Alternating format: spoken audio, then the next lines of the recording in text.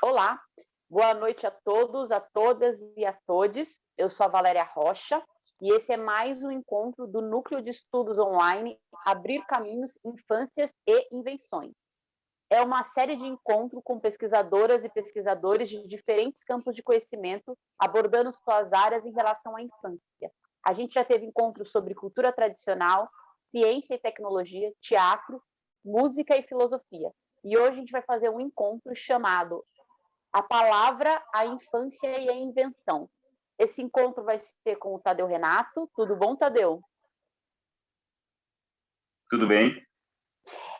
O Tadeu, ele é diretor, dramaturgo, artista educador, professor de filosofia e artes. Também é mestrando em letras, tem livros publicados no gênero de prosa, poesia e dramaturgia. Foi artista educador dos programas PIA e Vocacional, ambos da Secretaria de Cultura de São Paulo, e é cofundador aqui do Núcleo Atômico. Tem alguma coisa sobre você, Tadeu, que eu não disse que você gostaria de dizer?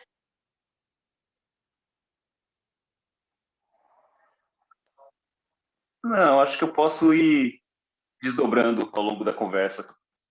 Maravilha. Tadeu, a primeira coisa que eu queria te perguntar é: você escreve em diversos gêneros, né? E você começou assim escrevendo para as infâncias ou escrevendo para o público adulto e foi migrando, ou já escrevia para ambos? Como é que foi essa sua escolha para escrever para criança? É, há um tempo atrás eu vi uma entrevista com um cartunista, o André Dahmer, e aí perguntaram para ele quando ele virou cartunista, né? Quando é que ele começou a virar desenhista? Ele falou assim: qualquer pessoa, desde criança, é desenhista, é escritor, é dançarino, é músico. Algumas crianças continuam fazendo isso pro resto da vida, outras param, né? E aí ele falou: eu continuei desenhando. Estou dizendo isso porque eu fiquei pensando assim, desde criança, desde o momento em que eu aprendi a escrever, eu queria ser escritor. E eu continuei escrevendo, eu fazia livrinhos, a folha de sulfite, essas coisas, né? Com desenhos e tudo mais. E continuei fazendo isso depois. E eu acho que eu ser escritor tem a ver também com o fato de eu ter sido um leitor voraz desde criança, né? Eu era uma criança que lia muito. Eu não tinha, a princípio, tantos livros na minha casa. Depois do tempo, sim, começou a ter alguns livros na minha casa, mas tinha acesso aos livros da biblioteca e tudo mais, né, da escola. Eu gostava muito daquela coisa da literatura infantil que tinha a relação da imagem com a palavra, né? Eu queria fazer aquilo, eu achava bonito aquilo.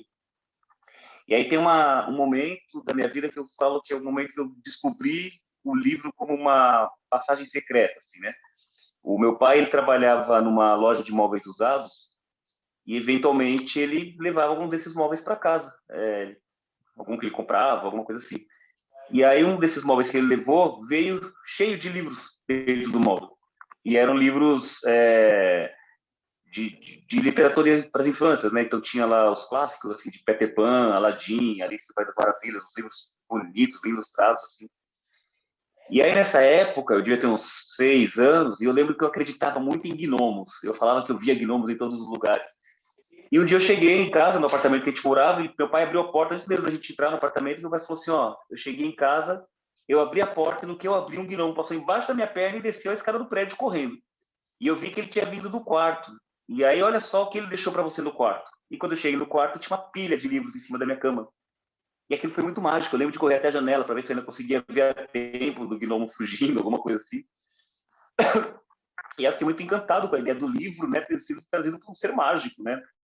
Eu brinco que até hoje, assim, para mim, o livro é mágico nesse sentido, né? Então, eu continuei escrevendo. Quando eu comecei já a ficar mais adolescente, adulto, eu acho que até pela aproximação com crianças, eu sempre fui uma pessoa que teve muitas crianças por perto. Não da minha família, mas qualquer lugar que eu ia, festa, sei lá, na rua, na vizinhança, eu, sei lá, eu tenho 12 anos, as crianças mais novas sempre grudaram em mim. Era uma coisa que sempre aconteceu muito, assim, em algum momento, foi assim que eu entrei no mundo das artes, inclusive, foi quando eu decidi que eu devia fazer um curso de palhaço, que teve na cidade que eu morava, porque eu falei, ó, quando eu for um palhaço, vai ser ótimo para lidar com as crianças. Então, as crianças sempre se aproximaram, é uma coisa que até hoje é assim, né? Então, eu sempre fui escrevendo meio paralelo, assim, uma literatura que eu imaginava ser para um público adulto e uma que eu imaginava que era para as infâncias. Quando eu comecei a me profissionalizar, se é que eu posso dizer isso, assim, no trabalho de um escritor no Brasil, né?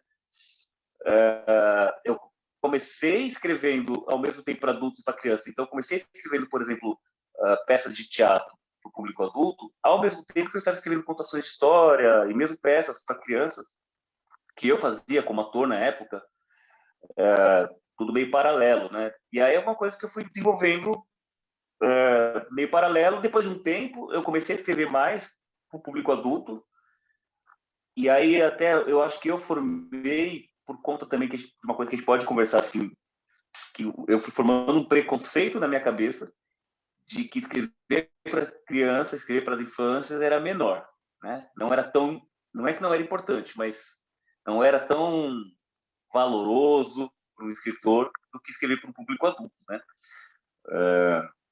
E aí eu comecei a escrever mais para o público adulto até o momento em que eu fui convidado para escrever uma peça infantil, que era uma peça que depois veio chamar Kizumba. E essa peça abriu bastante portas para mim, né, no teatro, no sentido de outros grupos me chamarem para escrever, só que sempre me chamavam para escrever peças infantis. E aquilo foi me dando um pouco de receio no começo, assim, porque eu falava, poxa, eu não quero ser conhecido como um dramaturgo de teatro infantil, eu quero ser sério, eu quero ser o Beckett, eu quero ser o Brecht, eu não quero... Eu não conheço grandes dramaturgos de teatro para as infâncias que ganharam o prêmio Nobel, sei lá, sabe, coisa assim.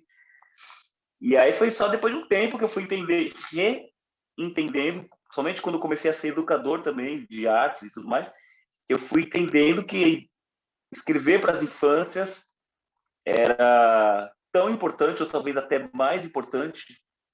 Uma vez eu ouvi uma frase que é atribuída ao Stanislavski, né? Que eu não sei se é verdade que é dele, mas eu falo toda a frase. Uma vez perguntaram para ele assim, qual era a diferença entre escrever para montar peças para criança ou montar peças para adulto? E ele falou, é a mesma coisa, só que para criança é mais difícil. Porque a criança é muito mais crítica, né? Ela vai te falar na hora que ela não gostou. Isso vale para literatura também, né? Para livros e tudo mais. E aí é uma coisa um pouco recente, assim, de alguns anos para cá que eu comecei a entender a importância de escrever para as crianças, né? E isso foi ganhando novamente um equilíbrio, assim, para mim, como escritor, de entender a importância mesmo. E, inclusive, de uns tempos para cá, eu venho percebendo o quanto, na verdade, aquilo que eu escrevo pensando para o público adulto é devedor daquilo que eu escrevo pensando para as infâncias. Porque quando eu escrevo para o público adulto, é muito comum que eu vá para um lugar do realismo fantástico, por exemplo, do mito, e isso com certeza vem do meu modo de pensar de quando eu escrevo pensando nas infâncias, que é este lugar do realismo fantástico, do mágico, né, do universo do lúdico e tudo mais. Então é isso. Acho que agora tá junto, no mesmo equilíbrio. E você enxerga, se você falou um pouco agora disso, desse lugar que é mais mitológico, que você traz na sua obra para as infâncias e acabou migrando para o trabalho adulto, você enxerga outras ligações ou diferenças entre uma obra e outra? Entre as coisas para criança e para adulto, Isso. sim e não, Valéria. Porque assim, quando eu fui percebendo algumas coisas assim com o tempo de escrever para criança que eu acho que é um exercício mesmo assim, difícil de fazer, eu acho, que é escrever para criança, penso eu, não pode entrar num lugar de que eu estou escrevendo como um adulto que contasse uma história para as crianças. Eu tenho que tentar entender qual é a lógica da criança, sabe? É difícil, porque a gente, como adulto, supõe que a gente sabe qual é a lógica dela, né? A gente vai ler, sei lá, Piaget, e aí vai supor que a gente mais sabe qual é o modo da criança pensar. E aí, corre esse risco de fazer uma coisa didática, né, de um adulto que fala, não, a criança pensa assim. Então, eu acho que tem uma coisa também de pensar, tentar pensar como a criança vê o mundo, né? Como é que ela entende. E aí é um constante trabalho de relembrar, de acordar novamente, nem acordar, porque é manter aquilo que está sempre acordado, né? É manter o diálogo com as percepções que eu tinha na infância, né? Como é que eu entendi as coisas na infância? Eventualmente, eu sempre me pego lembrando como é que eu olhava para o céu na infância e pensava as nuvens, como é que eu olhava para uma montanha ou para as pessoas e pensava, né? Hoje mesmo, por exemplo, eu estive na Praça da Sé, aqui em São Paulo, no centro de São Paulo, e eu lembrei de quando eu era criança, e uma das primeiras vezes que eu estive no centro de São Paulo, eu achei aquilo muito assustador e muito grande, muita gente, e prédios e pessoas, mas ao mesmo tempo eu achava muito mágico você estar andando na calçada e de repente você entra num buraco para pegar um trem, né? Eu achava muito mágico isso. E aí hoje, novamente, para entrar no metrô da Estação da Sé, eu tive a mesma percepção de que eu tinha quando eu era criança. Era essa sensação que eu tinha, né? De parece que eu vou entrar num outro mundo. É um mundo meio secreto, assim, dos seres subterrâneos, né? Então, eu percebo que tem essas ligações, né, no sentido de que quando eu escrevo para as infâncias, quando eu comecei a escrever para as infâncias, não era tão consciente do que eu estava fazendo, eu só queria escrever para as infâncias porque era o modo, eu mesmo era uma criança, um adolescente, né? Então era o modo como de fato eu via o mundo e sentia e percebia as coisas. E o meu modo de perceber era esse pouco desse lugar de espanto com o mundo e de uma imaginação que leva para o fantástico, né? No sentido de ver o metrô e achar que tem um povo que vive no subterrâneo, ou de imaginar que, sei lá, que as formigas têm uma vida secreta a qual a gente não tem acesso. Essas coisas que a gente costuma ver em desenho, assim, né? Mas que é uma coisa da infância também, né? De perguntas que a gente faz, né? E aí, quando eu começo a escrever para o público adulto, isso vaza para o público adulto, né? As minhas peças vão para esse lugar do fantástico. E aí eu começo a estruturar mais intelectualmente, no sentido de pesquisar o que é o mito, o que é o universo fantástico, e falar, nossa, mas eu já estava fazendo isso, só não tinha tanta consciência, né, da minha ferramenta, de que eu estava fazendo isso. Agora, tem uma coisa que é isso, assim, também, né? Que é... Eu penso e tenho pensado cada vez mais que é possível escrever qualquer coisa para uma criança e é preciso que se seja radical também para escrever para criança, no sentido de que não achar que a criança é porque é criança, também entender criança como um grupo homogêneo, né? Entender que é possível escrever coisas desafiadoras para as crianças também, né? Inclusive em termos de estrutura de linguagem, né? Com invenção de linguagem. Tem um escritor que eu gosto bastante de literatura infantil, que é o Bartolomeu Queiroz, um brasileiro, né, que era da Academia Brasileira de Letras, mas que tem livros para adulto, tem livros para infância. E aí tem livros para infância que assim, de uma beleza. Eu lembro de um chamado O Elefante, que acho que deve ser o último livro infantil dele, e que é uma abstração a história, assim, não, você não consegue acessar de imediato e falar assim, a fábula é sobre isso. Ele é uma grande abstração, sei lá, metafísica sobre o que significa um elefante, né? E eu sou apaixonado por elefante, eu acho o elefante uma figura muito incrível, assim, e aí acho que também teve esse diálogo. Mas é um escritor, por exemplo, que tem uma linguagem que lembra um pouco Guimarães Rosa, assim, mas ao mesmo tempo não com o regionalismo do Guimarães Rosa, mas com a invenção das palavras. Ou seja, alguém que se propõe a invenção e ao desafio também da leitura para a criança, né? E aí também acho que fico pensando assim, a criança ela está aberta aos desafios, né? Porque ela está aprendendo. A palavra é muito nova para ela, né? Quando você aprende palavras, né, diferentes. E aí, quando a gente é adulto, a gente vai talvez perdendo um pouco esse gosto da palavra diferente, né? E aí é interessante trabalhar isso com criança também, de pensar outros vocabulários, outras estruturas de se contar a história. O que muda talvez seja entender essa coisa da percepção de como a criança vê o mundo. Eu posso escrever uma peça sobre morte para adultos, sobre violência para adultos, e eu posso escrever exatamente o mesmo tema para o público infantil, ou infanto-juvenil, enfim. A diferença está em quase que o campo de referências, né? Até onde eu posso ir, que aquilo faz algum sentido para a criança também, né? E referências ela tem para aquele tema. Mas, mas ser desafiador também, não é porque vou falar de violência para criança, que eu tenho que ter certas bobices, né? Do tipo, vou diminuir, eu vou falar só no diminutivo, só vou falar que aí, só por metáforas, eu não posso falar que, de fato, alguém bateu em outro, que alguém assassinou outro, eu posso falar isso, né? Então, talvez a abordagem. Mas são Como, coisas né? que eu vou pensando, assim, neste momento, sim. São coisas que eu vou pensando, fazendo. Não são receitas. Eu não, quando eu vou escrever, hoje mais até do que há tempos atrás, assim, hoje as coisas se misturam muito mais para mim. Então, no sentido de eu vou escrevendo e descobrindo. Isso vai funcionar, isso não funciona. Esse como. Porque eu já. Essas coisas para mim meio se amalgamaram, assim, já não tem tanta diferença entre fazer para criança ou para adulto agora, para mim. Sim. E tem uma coisa que você falou de pesquisar, de manter acordada a criança que há em nós, né, para que essa criança seja a escritora, mas ao mesmo tempo eu fico pensando que a gente foi um determinado tipo de criança, né? De como também a gente entra em contato com outras infâncias, né? Outras formas de ser criança, para a gente também não ficar com a perspectiva nossa, da nossa infância, né?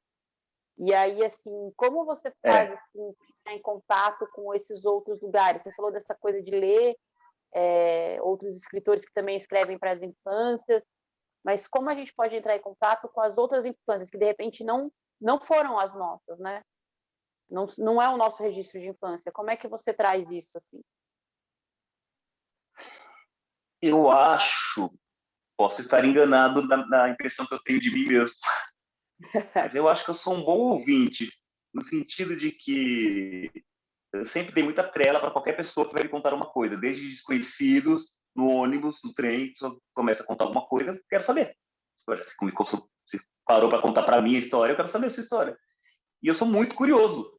Então, se a pessoa começou a contar alguma coisa e não adentrou o assunto, e aí eu estou interessado, eu falo, não, mas me conta mais. E eu acho que isso me ajuda bastante em ter outras perspectivas, não só das infâncias, né? Assim, de outras possibilidades de vida, né? Que não a minha. Porque também, para mim, não seria nada desafiador. Eu acabei de falar, né? Como escritor, eu queria também escrever coisas desafiadoras. Tem que ser desafiador para mim também, né? Como escritor, não só para o leitor ou para o espectador, no caso de teatro ou do audiovisual. Tem que ser desafiador para mim como escritor, como criador. E aí, falar só sobre mim ou só sobre as minhas memórias é instigante, mas talvez não seja tão desafiador. E aí eu gosto muito de ouvir outras histórias de outras pessoas, assim, da coisa da oralidade. Eu gosto muito mesmo de ouvir e ficar perguntando e saber como é a sua infância, como foi, o que você fez. Eu gosto muito de ouvir a minha avó, por exemplo, contando história. A minha avó era uma mulher que morava na roça e ela morou num lugar em que, para chegar do lugar que ela morava até a cidade mais próxima, ela atravessava um campo com a mãe dela, que era um campo aberto, assim, um pasto, que ela chamava de Deus me livre, porque o lugar era conhecido como Deus me livre, porque havia muitos esqueletos, muita ossada de seres humanos nesse lugar, provavelmente camponeses mortos, né? Provavelmente não eram camponeses, minha avó sabia dessa informação. E aí eu fico pensando, gente, o que é você crescer neste lugar? Né? Como é a sua percepção de mundo? Por mais que ela não tenha, ou talvez, grandes consciências enfim, das grandes violências ou da estrutura, de como funciona a luta de campo, por exemplo, mas ela tem uma percepção de que aquele lugar são corpos sobre quais você está pisando e que foram pessoas assassinadas por questões de luta pela terra. Que infância é essa, né? Que sabe disso? Como é que ela cresce sabendo assim, né? Que tipo de adulto ela se tornou? E eu gosto muito desses lugares, né, também, para a gente não ficar adocicando as infâncias, né? Do tipo, é sempre um lugar lúdico, bonito e fofo. Acho legal também escrever e pensar este lugar fofo também, né? Acho que nem tudo também precisa ser só desgraça, né? O contrário, a graça também é interessante, né? De mostrar as belezas e tudo mais, mas é interessante também ouvir essas outras perspectivas do que é ser criança, no caso da minha avó, que era de Minas, mas foi morar no interior de São Paulo, ou da minha bisavó, que era de Minas, mas foi para Rondônia, o que é a perspectiva da infância de alguém que mora no Amazonas, ou no Ceará, ou no Rio Grande do Sul. Esse processo de escuta, eu acho, talvez, ler é importante, né? Ler outros autores e tudo mais, e autoras, mas para mim o processo de escuta talvez seja a ferramenta mais importante do meu trabalho, assim, de escrita, principalmente quando eu penso em teatro e prosa, por exemplo, né, para o público infantil e adulto. Digo isso porque a poesia para mim já tem outro lugar, né? Ela tem mais a ver com, e aí a poesia para mim, ela, quando eu escrevo para adulto ou para criança, ela é muito mais parecida do que nessas outras formas, nesses outros gêneros, porque a poesia para mim, mesmo quando eu escrevo para adulto, ela não é, eu não tenho aquela visão do romantismo, né, da poesia, de que a poesia é a expressão dos meus sentimentos, de tudo que você botar para fora. Ela é também isso, mas em primeiro lugar, para mim, ela é o lúdico, ela é o jogo com a linguagem, com as palavras. E aí fazer isso para adultos e para as infâncias, assim, para as infâncias até às vezes é muito mais legal, né? Porque às vezes eu vou fazer um trocadilho, por exemplo, que talvez um poema adulto fique meio e bobo, né? Mas né, talvez na infância aquele trocadilho não fique tão bobo, porque a criança gosta de ficar repetindo e percebendo as sonoridades, como as palavras misturam e viram outra coisa, né? Então, acho que é um pouco por aí. Parece que a gente tem pouco esse, não sei, assim, esse experimento da criança com a palavra no lugar lúdico, né? Parece que a gente, sempre que a gente vai, aí tô pensando na palavra mesmo, né? Não no Uhum. teatro, tô pensando na forma como a gente aprende a ler, né? Nessa estrutura da escola, e aí repetir e escrever. Parece que a gente aproveita pouco essa ludicidade que a palavra pode ter, né? Não sei, tá? Eu tô falando a gente, mas imagino que tem diversos professores e professoras que aproveitem sim disso, né? E que não fiquem nessa fórmula repetitiva, né? Sim, Mas a gente poderia aprender a lidar com a palavra de sim, uma maneira muito mais, sei lá, lúdica e agradável, né? Porque o processo, às vezes, de alfabetização é um processo duro, né? Porque você vem de uma pré-escola onde tudo é uma brincadeira, tudo é lúdico, aí você entra no primeiro ano, agora você senta um atrás do outro, agora a coisa é, abre aspas, séria. Parece que a educação está perdendo aí um lugar precioso, né, que poderia ter nessa brincadeira, né? acho que sim. Eu acho que a palavra escrita ou a palavra falada, enfim, a palavra que mova alguma coisa, né? Uma palavra que seja não só o falatório, mas uma palavra que seja algum tipo de experiência, né? De tanto essa de escutar a história do outro ou de ser lúdica, ela vem perdendo bastante espaço, né? No sentido, eu acho que talvez pelo excesso de comunicação, as coisas começam a ter o mesmo valor, né? Se você falar uma coisa, sei lá, de menor importância, né? Ela vai ter o mesmo peso do que uma coisa que deveria ser escutada com maior atenção, sabe? Eu, tá aí as fake news, né? Eu dizer um absurdo de que a Terra é plana, por exemplo, isso ganha espaço, ganha reverberação, e é um absurdo que eu diga isso, né? É um absurdo a partir de que a gente tem bases para dizer que não, a Terra não é plana. Mas isso tem o mesmo peso, ou as coisas que são ditas durante a última campanha política, por exemplo, né? As pessoas acreditam em coisas que você faz. A lógica das frases nem fazem sentido e as pessoas acreditam naquilo. Então, a palavra vai perdendo um pouco a importância, né? Daquilo que ela poderia mover e criar e tudo mais. E aí, a gente também vai perdendo a ideia de que a palavra é uma coisa que eu sempre falo quando eu dou aula, por exemplo, para criança, para adolescente, para adultos, seja quando eu dou aula de filosofia, de arte, de escrita, que é uma coisa que a gente não para para pensar, né? Que a linguagem é o que nos transforma, é o que nos torna seres humanos, é o que nos torna indivíduos, é o fato de estarmos atravessados pela linguagem, né? Então, a gente não percebe. A imagem que eu sempre penso é que estamos num aquário e não percebemos a água, porque a gente está mergulhado nisso, você está mergulhado na linguagem. É através da linguagem que eu penso, e quanto mais palavras e conexões de palavras ou de ideias eu tenho, maiores são as percepções que eu tenho do mundo. Linguagem, não só da palavra, obviamente, pode ser uma linguagem musical ou pictórica, mas de qualquer forma ela passa pelo verbal, né? As culturas, algumas culturas de matriz africana ou mesmo indígenas com as quais eu tenho trabalhado assim, em pesquisas de escrita, tem na palavra essa coisa bastante sagrada. A palavra não é qualquer coisa.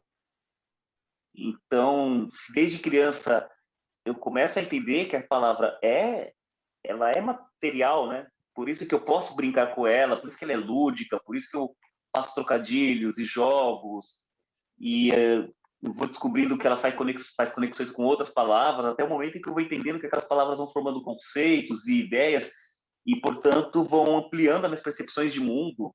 Então, trabalhar desde a infância com essa palavra que é lúdica é também dar uma importância dela enquanto material, né? Enquanto aquela coisa que me faz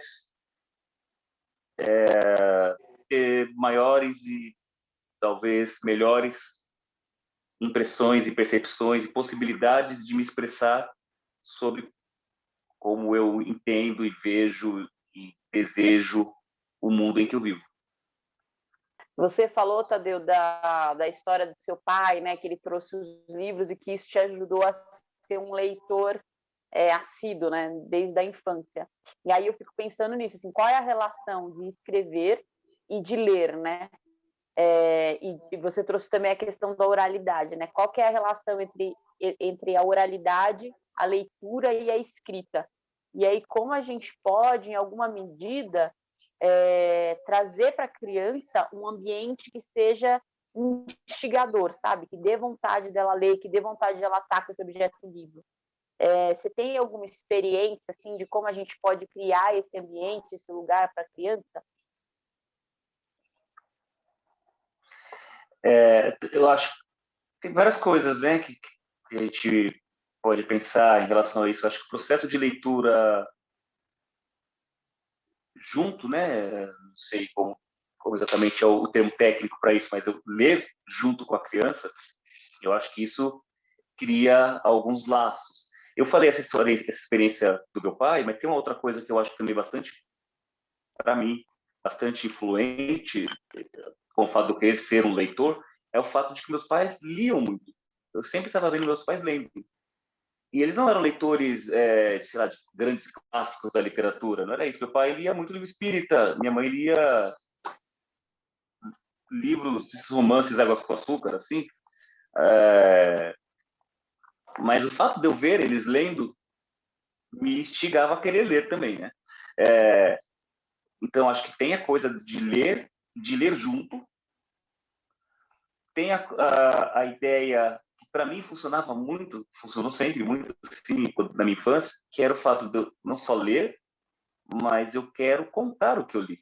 Então, ter essa pessoa que instiga que a criança reconte ou até reescreva aquilo que ela leu. Tem uma coisa que, assim, eu conversando com alunos, principalmente adolescentes, eu tenho visto muito mais adolescentes escrevendo hoje do que quando eu era adolescente. Acho que isso tem a ver com a internet e com o universo dos blogs e das plataformas. Tem muita gente escrevendo fanfiction, que talvez, sei lá, de um ponto de vista mais acadêmico, poderia ser visto como uma coisa menor também. Né? Você só está escrevendo a partir da sua referência da indústria cultural. Mas, ao mesmo tempo, é tão importante pensar isso, né? Mas Eu você não acha conversando que com uma tem aluna... um gap de geração aí, que teve uma geração que escrevia bastante, porque tinha essa coisa do blog, do diário, mas eu não sei se essa geração de agora, e é estranho falar essa palavra geração para mim, né? Porque, tipo, são os tempos de agora, porque não é não são só os jovens que reagem às coisas, né? Mas os adultos, enfim, todo mundo.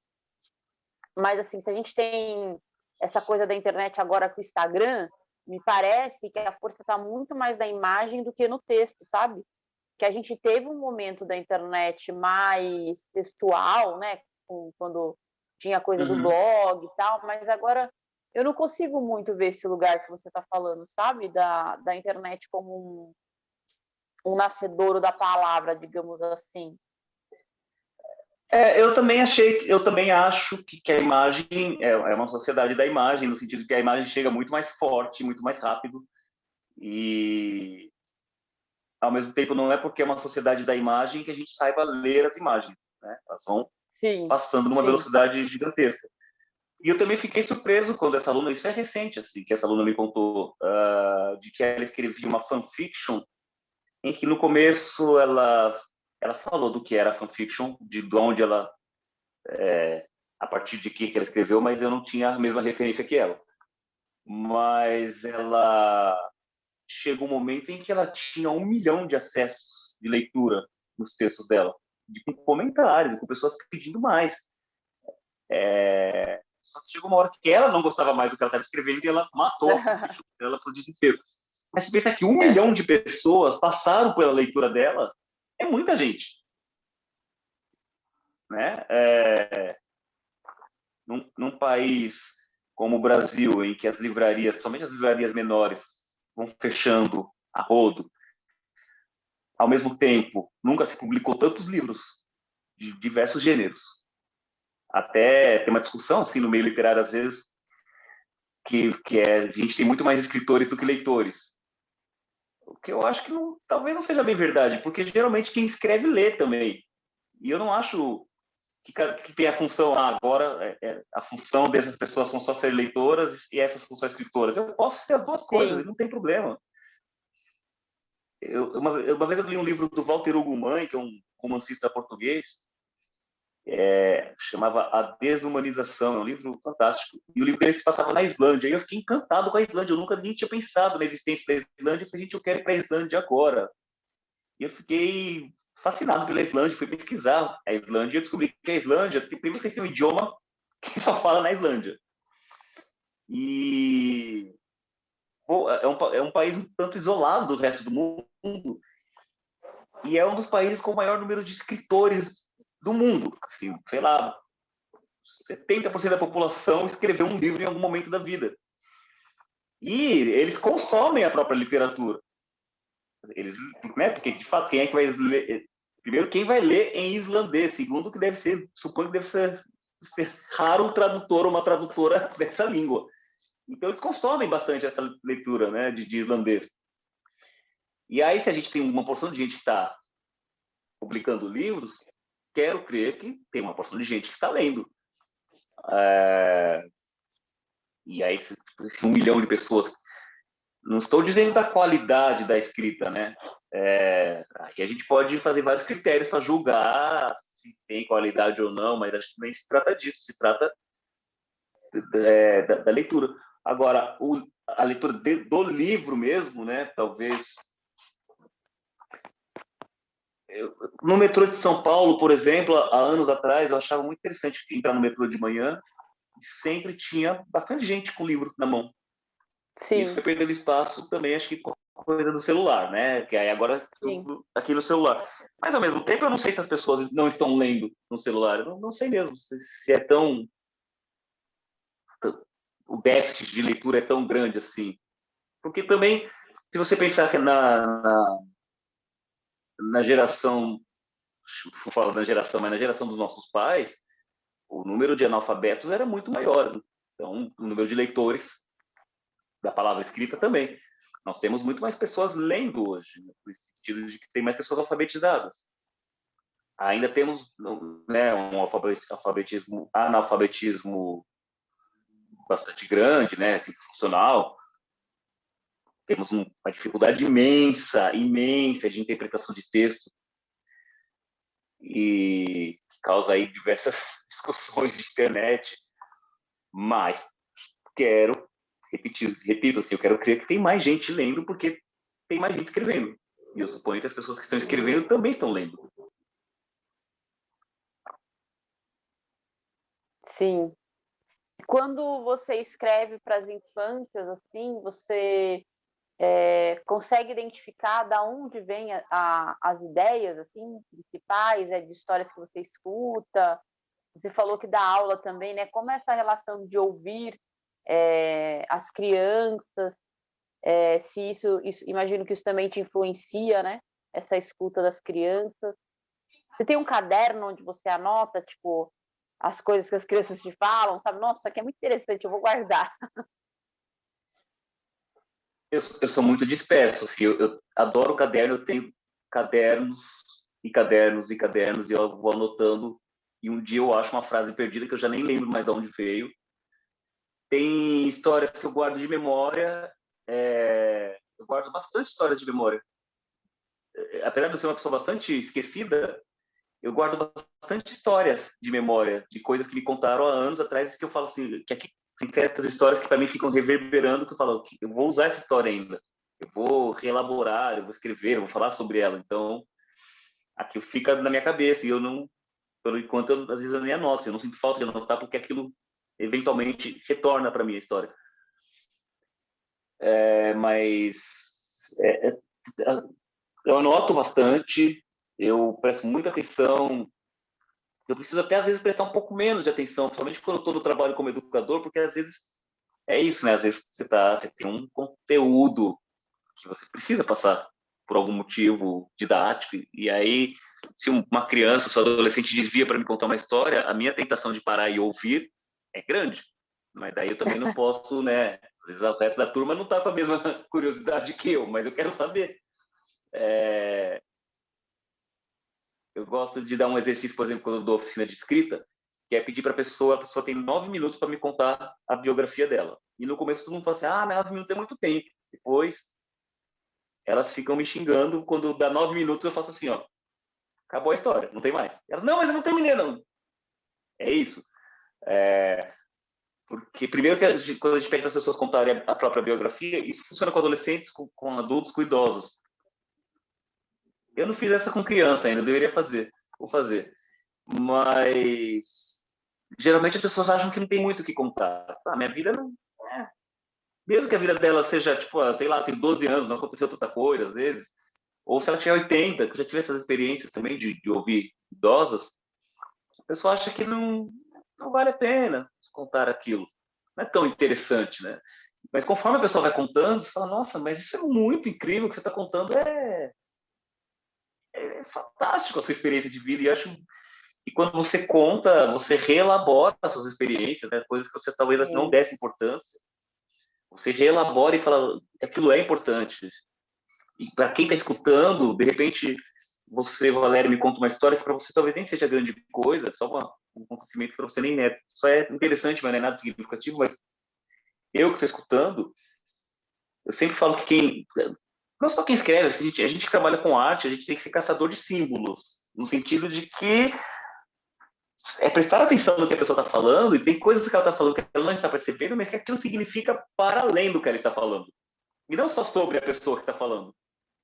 Então, sei lá, a Valéria me conta uma história, e aquilo que ela está me contando pode ser só da infância dela, significa algo sobre a fundação do meu país como nação, porque talvez alguma coisa da infância dela reverbera coisas que estão lá no nosso passado. Ou uma coisa que está na infância da Valéria me lembra uma coisa que eu li num livro, sei lá, da Herta Miller, que é uma escritora romena, e como é que a infância da Valéria tem a ver com a Herta Miller na Romênia. Como é que a gente faz esses símbolos se amarrarem, fazer algum sentido. Então, é prestar muita atenção no que as pessoas falam,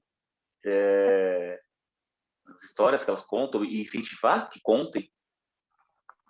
Tem uma frase também que eu lembro agora, que é eu ia falar que é da Hannah Arendt, não é dela. Ela cita, eu não consigo lembrar agora de quem é a autoria, mas é uma frase que ela cita. A frase não é exatamente assim como eu vou falar, mas a ideia é essa. Ela fala que qualquer dor pode ser suportada se sobre ela se puder contar uma história. Eu acho essa frase fantástica, né? Eu acho que por isso que a gente vai para a terapia, para contar histórias e reelaborar as nossas dores. É por isso que a gente precisa falar do que não foi dito nas histórias caladas do nosso país, do nosso planeta. É por isso que a gente precisa falar em voz alta a nossa própria história, para reelaborar, para querer que aquilo... E acho interessante também sempre pensar por onde que a pessoa começa a contar a história dela. Né? Por que ela escolheu contar primeiro de onde ela veio? O primeiro que ela escolheu contar as profissões que ela teve. Ou senão, primeiro escolheu contar de agora, deste momento. Eu penso que quando a pessoa... A escolha dela por onde ela começa, mesmo que não seja consciente, é o sentido que ela quer dar para aquela história. Então, se você me pergunta, eu sempre escreveu para a infância, eu vou te começar contando a história do meu pai. Mas se você tivesse a conversa fosse sobre, você sempre pensou em ser escritor de teatro? Talvez eu começasse a contar a minha história dizendo que eu adorava assistir novela e imaginava que eu queria escrever aquilo. Então, por onde eu puxo a história, é o sentido que eu talvez queira dar para aquela história. Então, esse trabalho de escuta, de Se a gente faz anotar... um recorte, né? Exato. Se você tivesse virado jogador de futebol, talvez você lembrasse do dia que seu pai deu a primeira bola para você, né? Sei lá, a gente também a gente vai moldando a nossa memória, né, de acordo com aquilo que vai fazendo mais sentido para a gente na nossa trajetória. Né? Sim. E aí acho que também é isso, né? Da memória é uma coisa puxa a outra. Às vezes você vai lembrando de coisas que você nem tivesse talvez dado importância, talvez você nem sabia que você lembrava daquilo e você fala, nossa, teve aquela vez que fez isso e que eu fiz aquilo. E acho que toda experiência humana ela é passível da gente tirar um mito. Um mito que eu digo é algo que diz para além do indivíduo que está contando a história. Porque a gente tem experiências em comum. Né? Então, você me contar como você descobriu que as pessoas morriam, sei lá, descobri que as pessoas morriam quando vi a primeira vez uma pessoa sendo baleada. Então, as pessoas descobrem em algum momento que nós somos mortais. Como é que isso se dá, né? Então, como é que da sua história eu parto para uma coisa que é maior? Boa parte do que eu escrevo de uns 2 anos para cá eu venho escrevendo bastante crônicas, porque também é isso, é um jeito de registrar essas histórias que eu ouço, porque também elas vão ficando na minha cabeça e eu também deixo voltar para fora. Claro, não é um trabalho só de registro, né? De ouvir e vou falar exatamente o que a pessoa fez. Passa pelo meu filtro, pelas minhas experiências, pelo que é que eu quero significar da história da pessoa. Mas boa parte do que eu venho escrevendo ultimamente, em alguma instância, partiu de algo que eu ouvi de alguém. Não é que eu não invente, né? Mas acho que essa ideia também do autor como aquele que inventou uma história, ela não é bem assim, né? A gente sempre parte ou de uma experiência pessoal, ou de algo que eu vi, ou de um livro que eu li, e em algum lugar da nossa mente eu suponho essas conexões batem. Essa ideia não vem do nada. E aí vai do seu trabalho criativo de estruturar aquilo, né? Mas ela... E aí, para mim, pessoalmente, tem vindo bastante desse processo de escutar histórias alheias. Sim, eu acho que a criatividade também, eu gosto de imaginar que é tipo uma biblioteca, né? Então, assim, você tem dentro de você uma biblioteca, então, de referências, de coisas que você leu, ouviu, viu, sentiu. E aí, quanto mais essas coisas você tem, mais você consegue juntar uma coisa na outra para sair uma terceira coisa, sabe? Como se as nossas referências fossem nossos ingredientes, né? Então, se você só tem farinha de trigo e leite, só vai ser possível um tipo de bolo, né?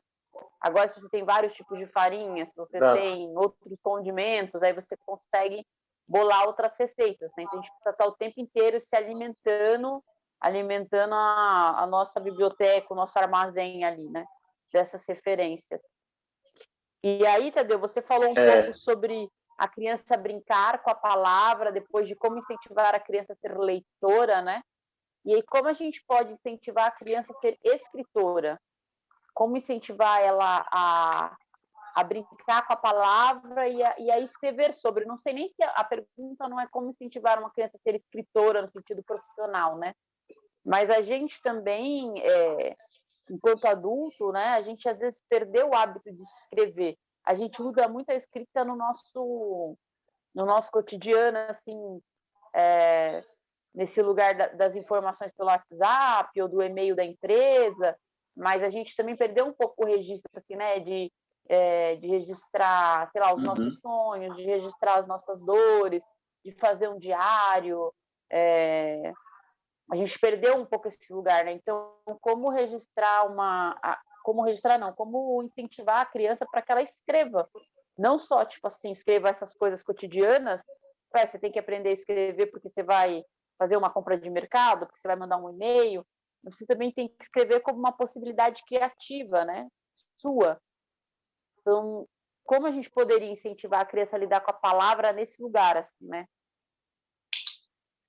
É, eu acho que tem uma coisa que para mim interessa muito, Valéria, assim, até inclusive a minha pesquisa de mestrado passa um pouco por isso, que é entender a escrita expandida, que é a escrita para além do livro, né? É importante o livro, e é importante que eu incentive o livro, mas é importante que eu incentive o livro até como objeto artístico, o livro como um objeto, não apenas o lugar onde está a palavra. Como é que eu lido com o objeto livro? Como é que eu crio um livro? Como é que eu brinco com o livro? Tem uma oficina que eu oriento com o núcleo atômico, que é o seguinte, que é palavras de brincar. A ideia é que as crianças têm um papel no corpo, né? E aí, assim, um pincel na mão, vai rolando uma música e as crianças têm que correr atrás uma da outra e tentar marcar, desenhar alguma coisa nesse papel que está no corpo da outra criança. E a outra criança tem que fugir, não pode deixar. Então, é um jogo meio de pega-pega, mais ou menos de pintura e tudo mais. Terminada a música, as crianças olham os desenhos que elas têm, né, que são coisas geralmente abstratas por conta dessa coisa do corpo e da dança. E aí eu apresento algumas palavras, eu procuro as palavras mais diferentes de sonoridade possível da língua portuguesa. E aí eu mostro a palavra, em geral as crianças não conhecem o sentido daquela palavra, e aí é que está a brincadeira interessante, que é, a partir dessa palavra e desse desenho, você tem que imaginar o que pode ser essa palavra. E aí o mote é que essa palavra tem que ser alguma coisa da natureza. Pode ser um bicho, pode ser um tipo de planta, pode ser, sei lá, um vapor, um tipo de fogo diferente. E aí, a partir daquilo, sei lá, a criança pegou a palavra estapafúrdia e ela decidiu que estapafúrdia era um descendente das vacas. E aí ela vai pegar aquele desenho que ela fez e desenhar o que é estapafúrdia a partir disso. E vai criar ideias do que a estapafúrdia se alimenta, do que ela como que ela se reproduz, como que ela convive com outros estapafúrdios ou com outros seres, né?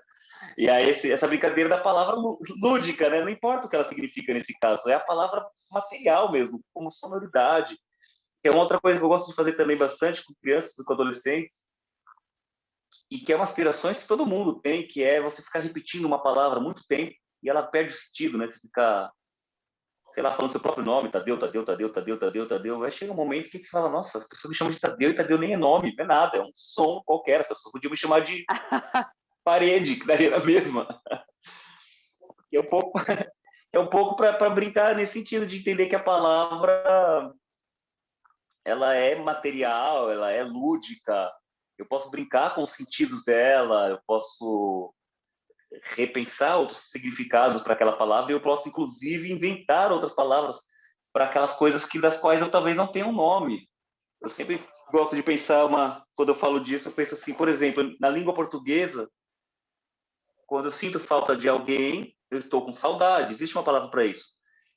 E qual palavra eu poderia dar, por exemplo, quando eu encontro essa pessoa que faz tempo que eu não vejo e ando de mãos dadas com ela? Como chamaria o ato de andar de mãos dadas com uma pessoa das quais eu estava com muita saudade? Eu tenho que inventar uma palavra para isso. Para não ter que dizer, nossa, eu estava andando de mãos dadas com uma pessoa da qual eu estava sentindo muita saudade. E se eu pudesse inventar uma palavra para isso? Eu estava cataflando, sei lá. E todo mundo entende que cataflando é isso, sabe? entender que eu posso propor novas palavras, que eu posso propor, e propor novas palavras significa também propor novos sentidos. E aí eu acho que tem muito a ver também com a minha formação em filosofia, por exemplo, que eu penso a filosofia muito neste lugar de lidar com a linguagem, de entender o que é que estamos entendendo sobre este conceito. Então, nós humanos precisamos falar sobre a linguagem. O que você está entendendo por humanos, por fala, por linguagem?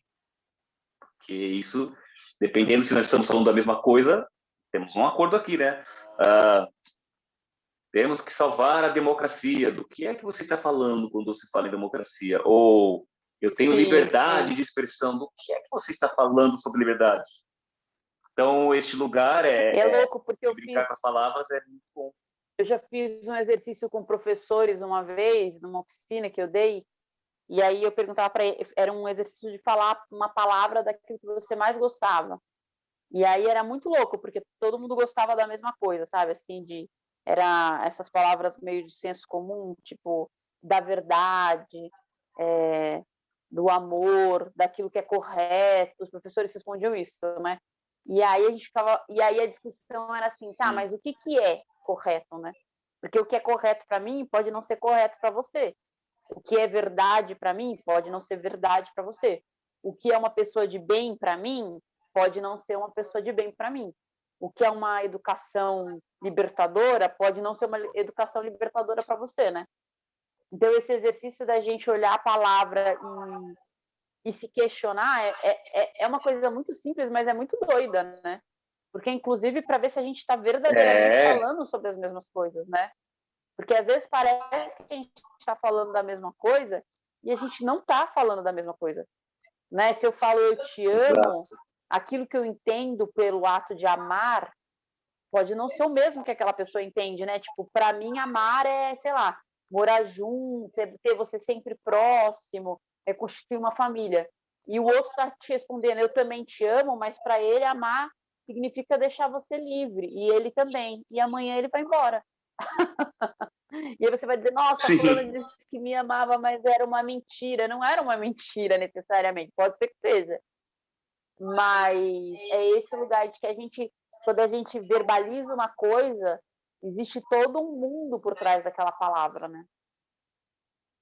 é, e boa parte da gente viver em comunidade passa pelos acordos de significados, né? Entramos num acordo de que isso aqui sei lá, que matar é errado. Ah, mas o que é matar? Então, temos que entrar num acordo sobre o que é isso. E a gente, obviamente, não entra num acordo. É por isso que tem advogados, por exemplo. É por isso que o advogado vai lá e fala Sim, assim, ah, mas veja bem, mas matar, segundo aquele caso, né?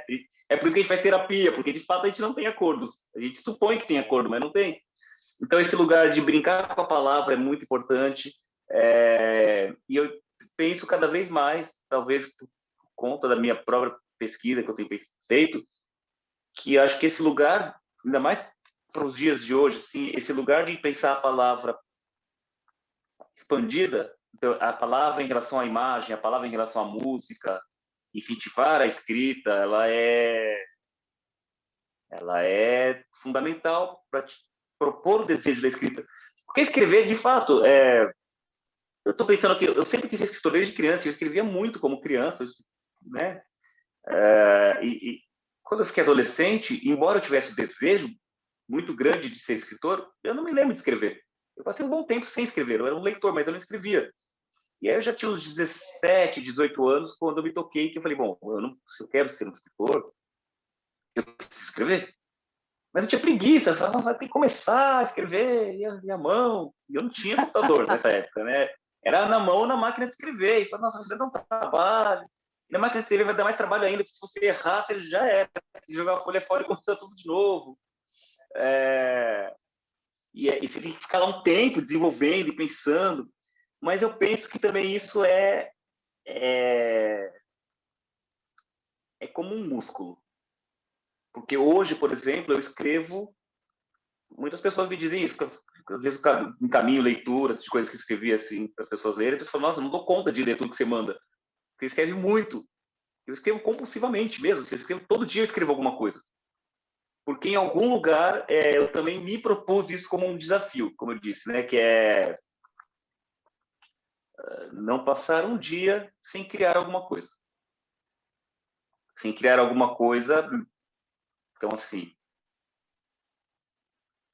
claro que eu não, isso não é tão a ferro assim, né? Tem dias que eu quero ficar no ócio e não fazer nada mesmo. Tem dias que não dá para não fazer, para criar alguma coisa. Mas na maior parte das vezes, na maioria das vezes, eu estou me propondo a criar coisas. Então, se eu não estou escrevendo, eu estou pensando na possibilidade de um roteiro. Ou eu estou pensando sobre o que eu quero escrever. Ou eu vou fazer eu trabalho com artes visuais, ou vou fazer uma coisa de artes visuais. Ou vou compor uma música, ou vou anotar uma ideia para uma coisa que eu quero usar depois, um possível livro, ou vou escrever um diário de sonhos, ou vou escrever uma história que alguém me contou, sei lá, vou. Então eu escrevo, virou uma quase compulsivamente, assim, eu preciso escrever, mas é um músculo que eu fui e continuo exercitando, que acho que deve valer a mesma coisa para quem é instrumentista, ou para quem é desenhista, ou para quem é Sim. funcionário de recursos humanos da pessoa, ela fazendo aquilo, ela vai ganhando mais experiências, né? E ela vai fazendo certas coisas com um pouco mais de, não sei se facilidade, mas ela consegue já ter uns truques, né? E aí para escrever é a mesma coisa. Então incentivar essa escrita em relação à imagem, à música, ao teatro e incentivar. Tem uma coisa que eu acho que é importante, que talvez a gente tenha perdido, que é incentivar a escrita na mão mesmo, porque isso é um músculo. E, de fato, tem pesquisas que dizem que o fato da gente estar escrevendo cada vez menos com a mão tem afetado os modos de cognições e de aprendizado que a gente tem, porque isso não está separado disso, né? Eu escrevo com a mão, Sim. eu escrevo, preciso sair caminhando para escrever, então eu escrevo com o pé. Às vezes, quando eu dou oficina de escrita, proponho esse exercício. Escreva isso, escrever com o pé. Escreva com a boca agora, põe a caneta na boca, escreva com a boca.